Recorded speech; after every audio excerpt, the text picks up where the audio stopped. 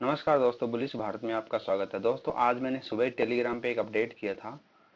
ये देखो यहाँ पे 9:27 पे कि मार्केट जो है यहाँ पे देखो 500 550 जो है वो सपोर्ट बनने जा रहा है। तो इसमें ये देखो उसके बाद लगभग ये 9:27 पे डाला था मैंने, इसका लॉजिक भी डाला था। ये देखो यहाँ पे क्योंकि 500 पे ये देखो यहाँ पे जो चेंज ओवाई है यहाँ पे सिर्फ 2 ही हुए हैं, यहाँ पे 18 हो गया चेंज इन ओवाई।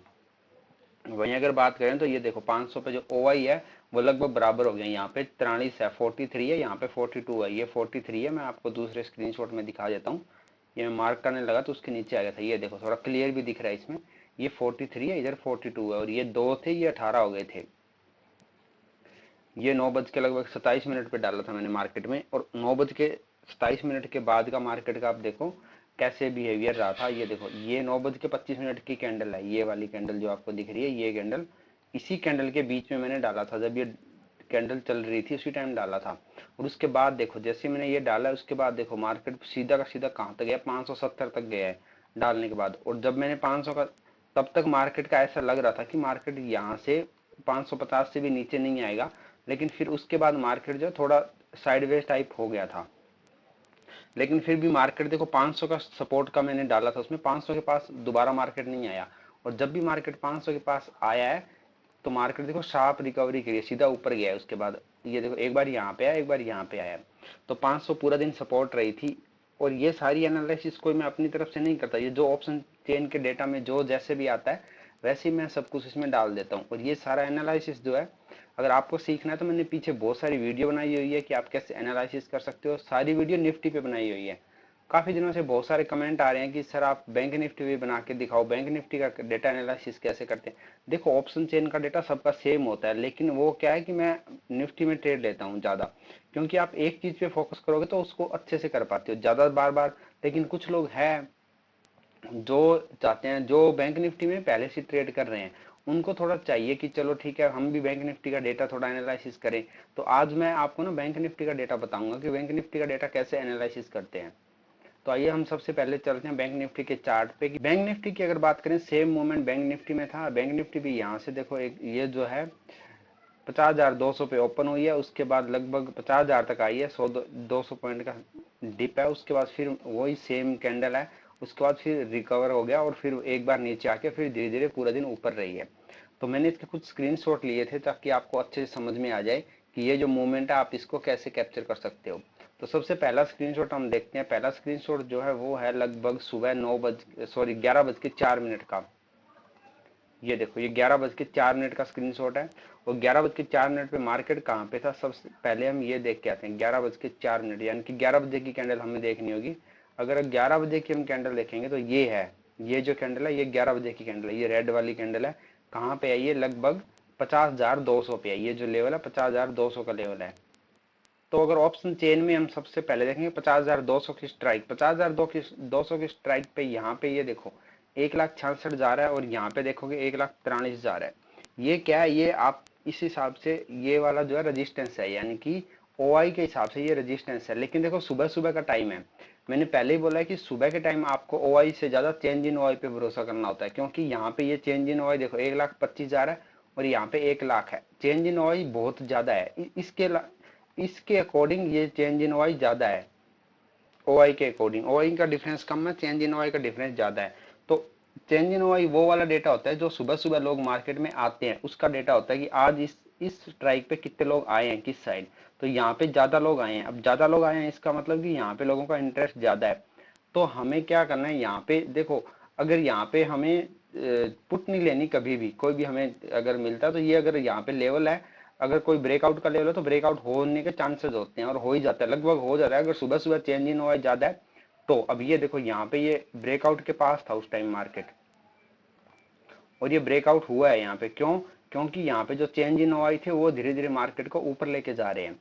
उसके बाद अगला स्क्रीनशॉट हम देखते हैं। अगला स्क्रीनशॉट कितने बजे का है, अगला स्क्रीनशॉट है 12:14 का। तो 12:14 पे अगर हम मार्केट में जाके देखेंगे तो 12:14 पे हमारी जो कैंडल है 12:10 की कैंडल देखनी होगी। ये 12 बजे की कैंडल है, ये 12:05, और ये वाली कैंडल 12:10 की कैंडल है। ये कैंडल है। अब ये यहाँ पे देखो मार्केट कहाँ पे है, ये लेवल है 360, 50,360 का लेवल है।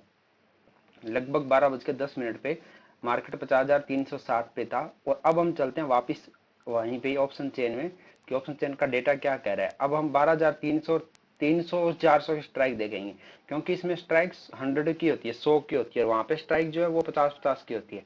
तो सबसे पहले हम 400 की स्ट्राइक की बात करेंगे। अगर 400 की स्ट्राइक अगर आप देखोगे तो 12,000, ये 50,400 की स्ट्राइक पे यहाँ पे 1,13,000 है और यहाँ पे सिर्फ कितने 64,000, यानी कि ये स्ट्रॉन्ग रेजिस्टेंस है, लगभग दुगना है ये।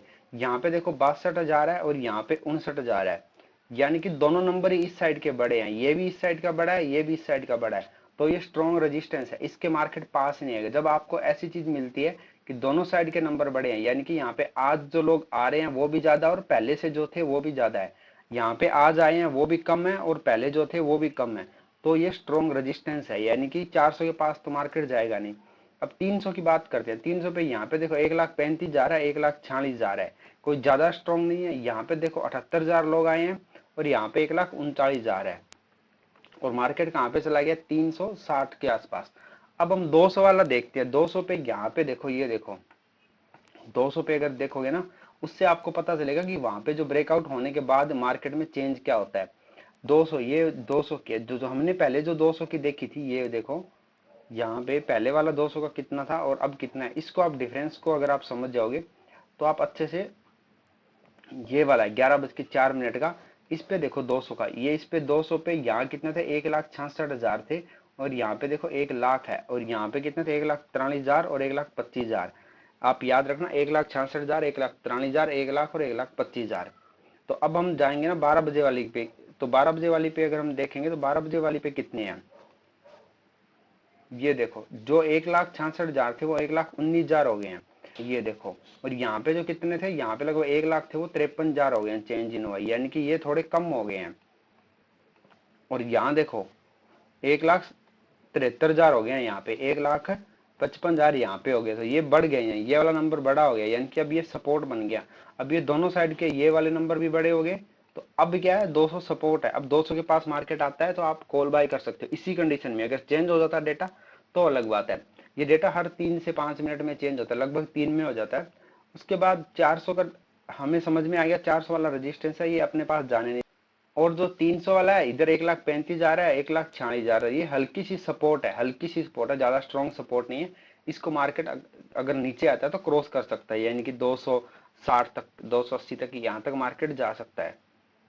तो अब हम चलते हैं अपने चार्ट पर, अगला देख। तो अब ये हमारी 12:10 की कैंडल थी। उसके बाद देखो मार्केट ने ना आराम से, यहाँ देखो, ये देखो मार्केट ने यहाँ से ब्रेकआउट दिया है। कब दिया है, लगभग 1:30 बजे, लेकिन ब्रेकआउट सक्सेस नहीं हुआ, क्योंकि देखो ये 400 वाला रेजिस्टेंस था हमारा। तो मार्केट कहां तक गया, लगभग 420-30 तक जाके मार्केट वापस आ गया। अब देखो ऐसी कंडीशन कभी भी बनती है 400 की, 400 से मार्केट ऊपर जा रहा है तो 400 वाला रेजिस्टेंस है, तो हमें एंट्री कहाँ करनी है, जब मार्केट 400 को क्रॉस करके ऊपर चला जाए तब हमें एंट्री करनी है। यहाँ पे हमें कोई एंट्री नहीं लेनी, यहाँ पे भी नहीं लेनी।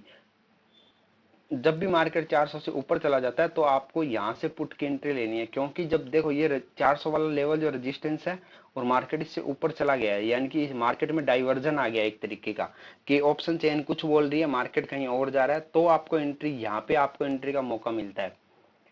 अब अगले हम स्क्रीनशॉट की बात करते हैं। अगला स्क्रीनशॉट हमारा है लगभग कितने बजे का, 2:51 का, यानी कि 2:50 की जो हमारी कैंडल है वो है। तो 2:50 की कैंडल हम देखते हैं।